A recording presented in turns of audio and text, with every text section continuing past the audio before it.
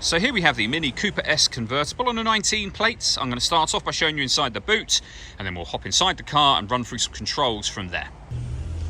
As we approach the back of the car, you can see that given that it's a convertible, we have plenty of boot space. You can increase that space further by folding down either of the two, or both of the two, 50-50 split folding rear seats as well. Okay, now that we're inside the car, we're going to start with the dials. On the left-hand side, we have the rev counter, we have the speedometer in the middle, and the fuel gauge over on the right-hand side. Also in the middle, you can see the total miles for the car.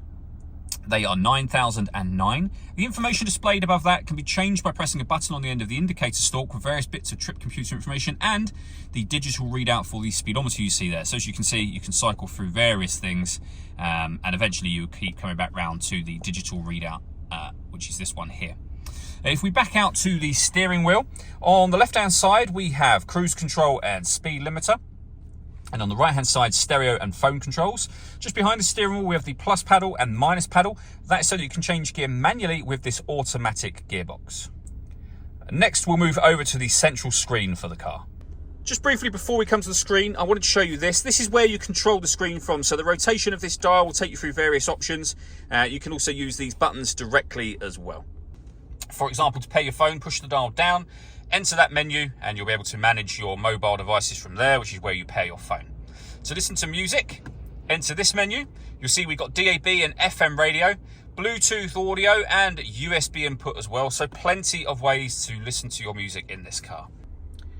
Just below the screen, we have the dual zone climate control. So you can adjust the passenger temperature, the driver temperature. You can increase or decrease the fan speed from here. You can determine what direction you'd like the air to be distributed in as well. The air conditioning is on at the minute. You can turn that off or back on again.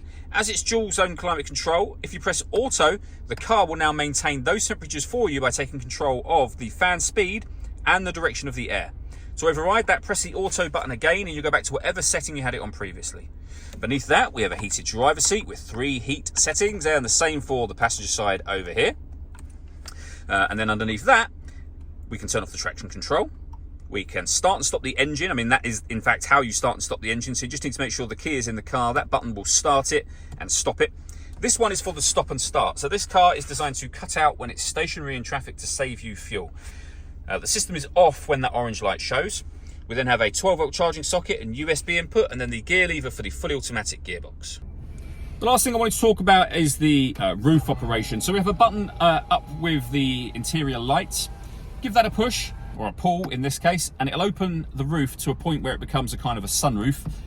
Go back to the button again and do exactly what you did before. This time the windows will all go down and the roof will fold back, as you can see. And it's as easy as that. All that leaves me to say is thank you for taking the time to watch this video. If you'd like to come and see the car in person and have a test drive, please feel free to give either of our MJA sites a call. We'd love to hear from you soon.